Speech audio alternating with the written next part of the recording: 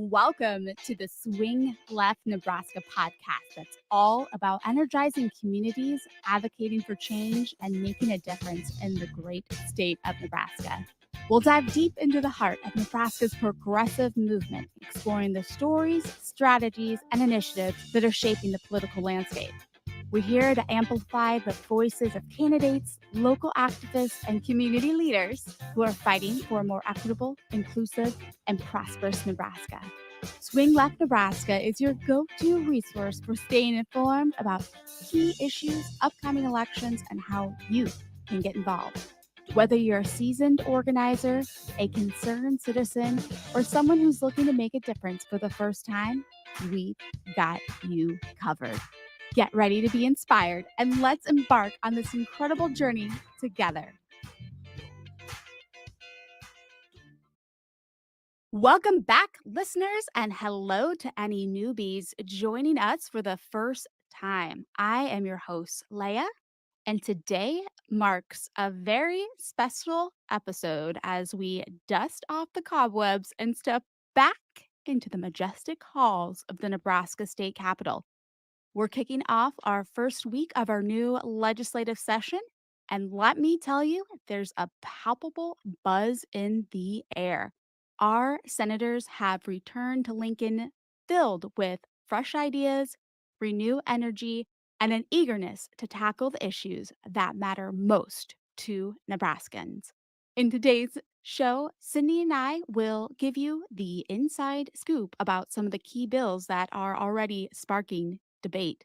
So grab your coffee, settle in, and let's dive into the nitty gritty of democracy in action. Let's do a show. Cindy, it is so good to have you back as we unpack the unicameral. January 3rd was the first official day where all the senators convened back at the Capitol.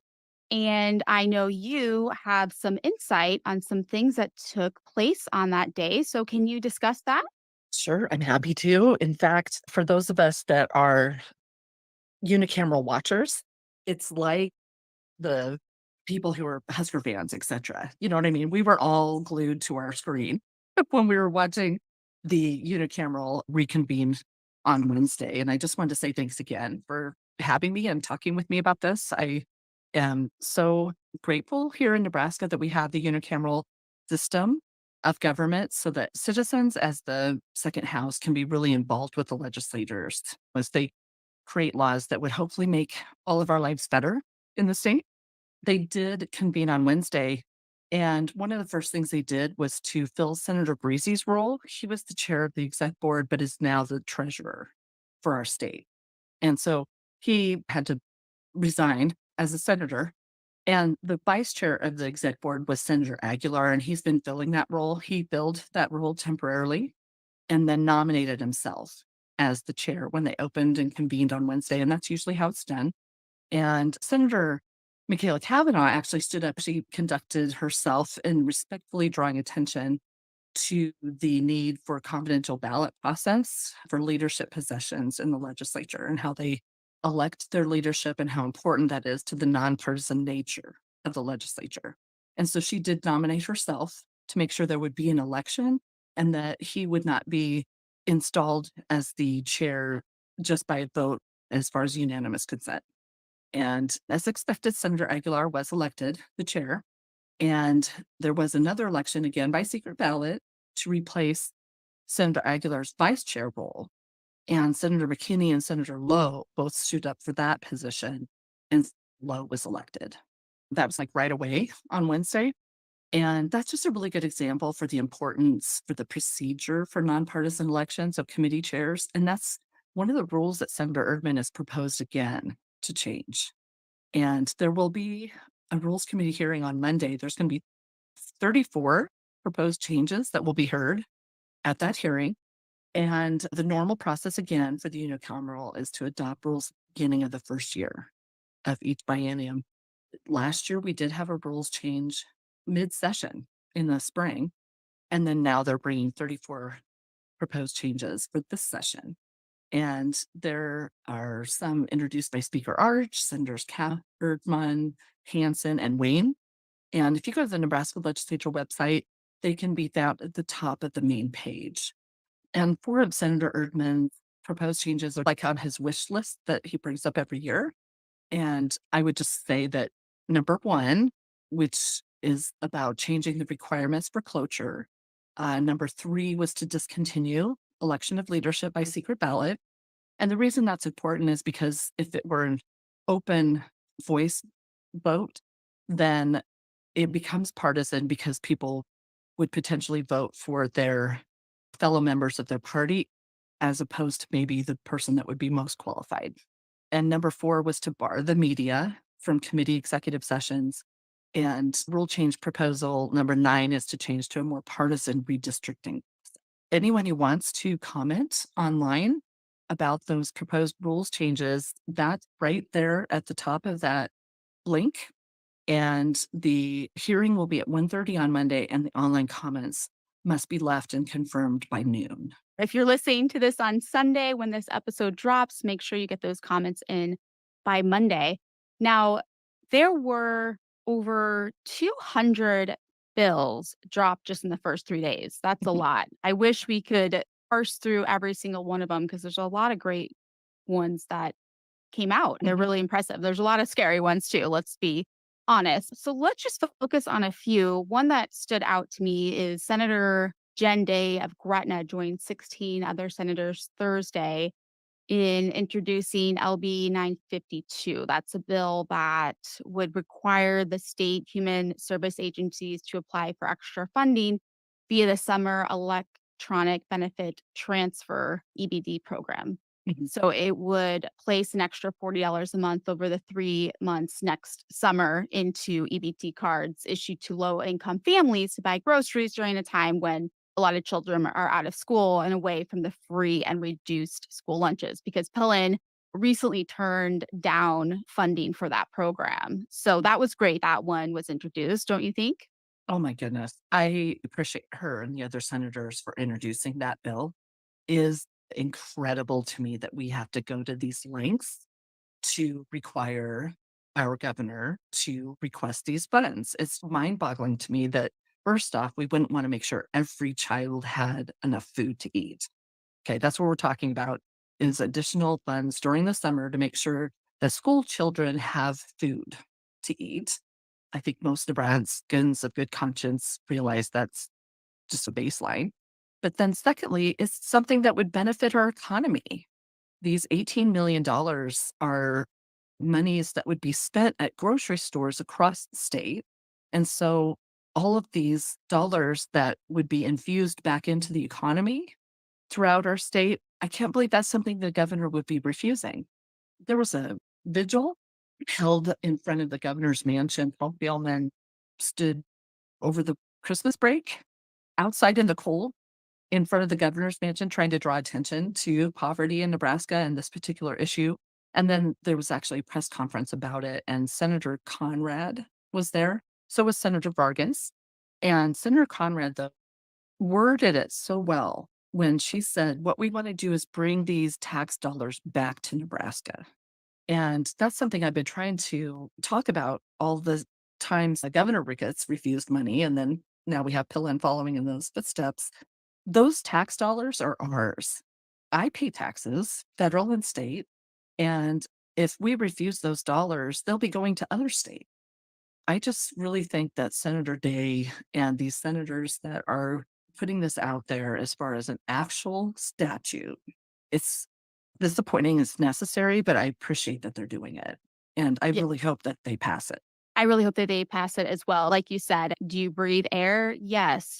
Children be able to eat regardless of how much money they have? Yes, absolutely. Like this should be a no-brainer. It is too bad that it had to come down to having to pass legislation to get these funds, but we are sure grateful that we have these senators that have joined forces to introduce this Mhm. legislation, which will hopefully grant these funds for this program. Now, Senator John Frederickson of Omaha on Wednesday introduced Legislative Bill 856, which would make all child care workers eligible for child care aid regardless of their income. He focused a lot of his bills on childcare and other programs to really help the youth in Nebraska. And working families. I just love this bill. Most bills that Senator Frederickson brings, I'm a fan. But this is so important because it's difficult to imagine how some of these communities are able to provide childcare. It's so difficult, especially in rural parts of the state. I really appreciate Senator Frederickson bringing these bills because it will be helping childcare workers and these, obviously, these children across the state. And it is especially difficult when you talk about these rural communities and how parents really need childcare, and it is just so difficult to find. Yeah, I just think it's amazing. Yeah, it'll be interesting to follow that, and hopefully those will pass. No, I call them the no-brainer bills. Anything that can help children and working families should be no-brainer and should easily pass. Should is the word of the day, And though. it's a better idea than the governor proposed last week. The governor said that he was considering or had thought about or heard about an idea where people would be able to have childcare at your work, and throughout the week, coworkers would just take care of each other's kids. Oh my goodness. Okay. It's just Snap your fingers and coworkers can just drop what they're doing yeah, and just care for someone else's child. That yeah, totally makes sense to me. yeah, and not to also make light of it, but what about licensure and certification and fingerprinting and things like that? I just government pill, and that's not how it works. Yeah, It's just not how it works. it's not how it works. Speaking of not how it works, there were a lot of interesting bills that came up surrounding the death penalty in Nebraska. I'd love if you could break down some of those for our audience. I personally am opposed to the death penalty, and it is disheartening to me that senators would be trying to move our state forward more regarding executing. But Senator Lippincott brought a bill to basically change the way the executions are conducted so that it would be by some sort of gas.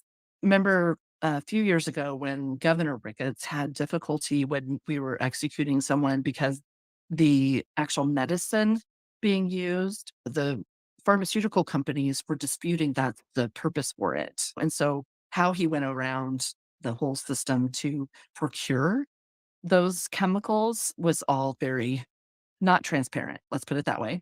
So Senator Lippincott brought a bill to change the actual way we administer whatever this process would be for executing prisoners. Senator McKinney brought a bill the next day then that would make available so that senators would be able to view executions from start to finish. And that there was included that there would be no shutting of the curtains, like what had occurred at the last execution. And then Senator Hunt brought an amendment to Senator Lippincott's bill where it would replace the whole bill and it would require executions take place with senators administering the firing squad. The So ultimate it's troll bill, I was saying earlier that it's absurd, but it really is a unique tactic to bring awareness to what is happening by introducing an amendment such as that. exactly, and these senators are making decisions. All of these bills, we talked about the 200 that have already been introduced and the many to come in the next 7 days, because there's 10 days of bill introduction. These senators are making decisions and implementing policy that is life and death. Not just the death penalty, but when we talk about the policy that they create regarding our healthcare or the safety for our children at school. There will be, it sounds like, a bill brought by Senator Brewer about like arming school personnel. There was last year's gun bill, which basically unregulated uh, weapons in our state to the point where it's surprising that he has another bill this year to either even further deregulate handguns and purchase and some sort of bill about the databases that are conducted tracking people's background checks and things. I don't quite understand it. I haven't looked at it too carefully yet, but these senators are basically impacting our safety, our children's safety, our grandchildren. They're impacting, of course, our economic future. The state needs to make sure that we're attracting people, let alone not losing talented people. All of these things to do with agriculture and our environment and our resources, you name it. They're making decisions that I believe sometimes we are not remembering and reminding them on how weighty, how awesome their responsibility is. So I'm really looking forward to the next 7 days and hoping that we see more, I should say, ideas and bills introduced that will be finding solutions for all of us and not trying to just put in these kind of like extreme partisanship type of legislation. So let's talk about Senator Wayne's legislative proposals. There is an interesting article that came out in the Nebraska Examiner. Wayne of Omaha says a trio of his legislative proposals would shake up the state's criminal justice operation and save hundreds of millions in local tax dollars. So we were talking before about how some senators are introducing bills to bring awareness and attention to the subject at hand. Can you break this down for our audience?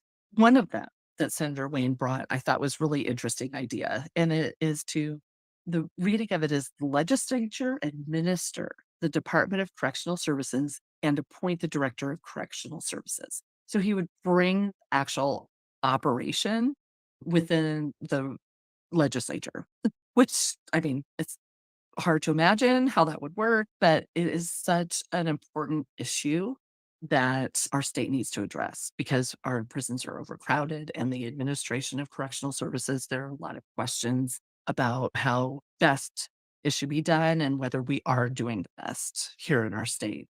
And we all need to remember that these are our neighbors too. One of the things that I was interested in when we talk about correctional services and judiciary, Senator McKinney also had a bill specifically dealing with prisons, and that was to make sure that the Nebraska State Penitentiary would be demolished after the new one is built.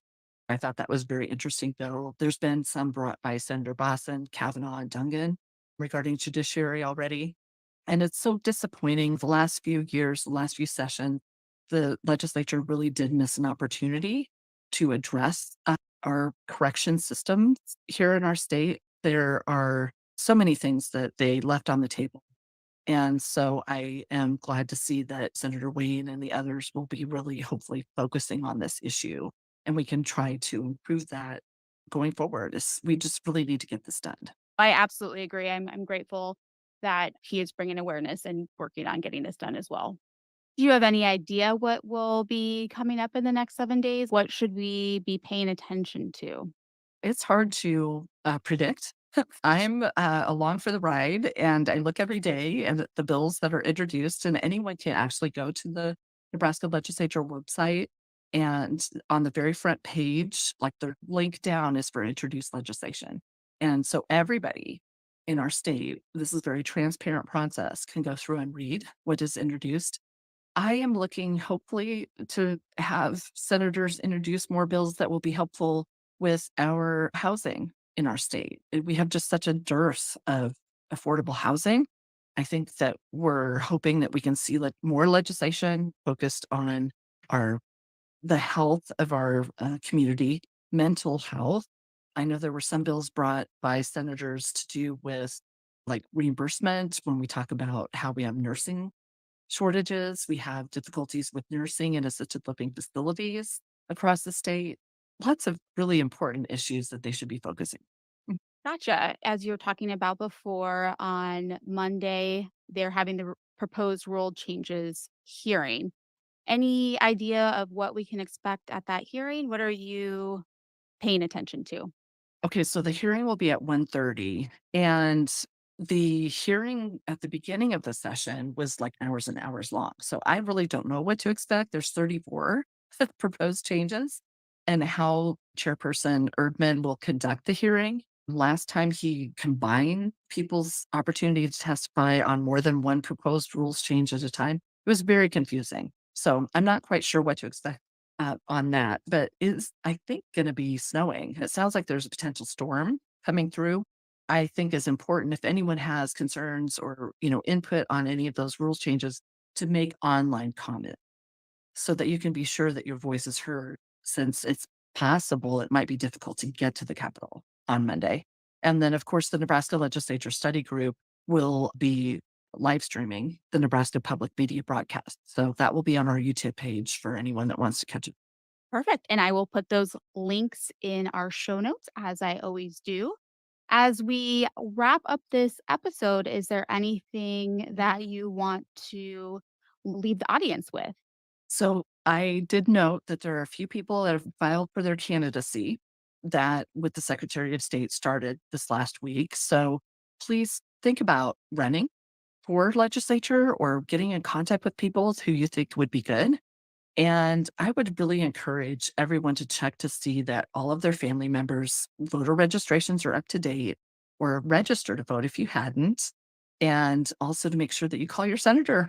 It's really important. This is a good time to call and let them know what your priorities are. So as they start to get into the process for floor debate and votes and things like that, they can understand what their constituents actually want. Those are perfect reminders. Consider running. Make sure your voter registration is up to date. Make sure your friends and family are registered. And if they've moved, that they've changed their registration. And then finally, call and reach out to your senators. Awesome. Thank you, Sydney. This is always a wonderful time connecting with you. I appreciate all that you do. We're going to have a lot to digest next week. So I look forward to connecting with you then. I look forward to it too. I hope you have a great day. Thanks. And that wraps up another episode of the Swing Left Nebraska podcast, where we bring you the latest on progressive politics and grassroots efforts across the state.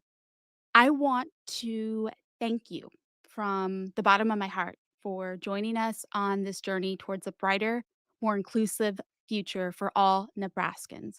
Before we sign off, remember that your voice is powerful and your support is what fuels this movement.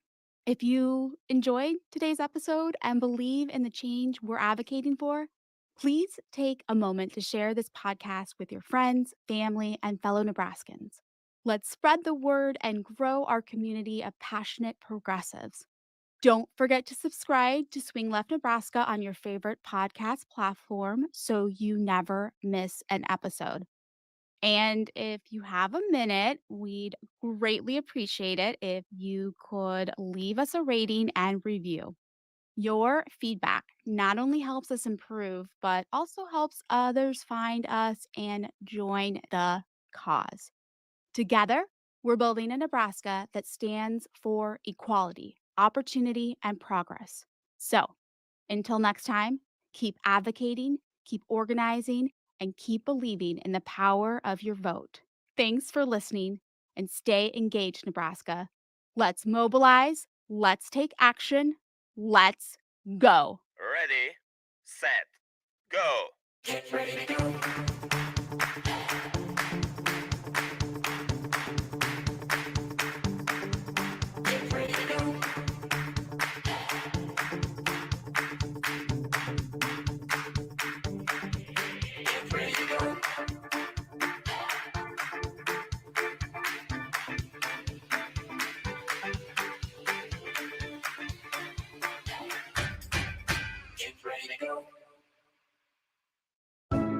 From KIOS in Omaha, you're listening to Riverside Chats. I'm Chris Bowling. Today I'm talking with climate activists Mia Perales and David Corbin about environmentalism in Omaha.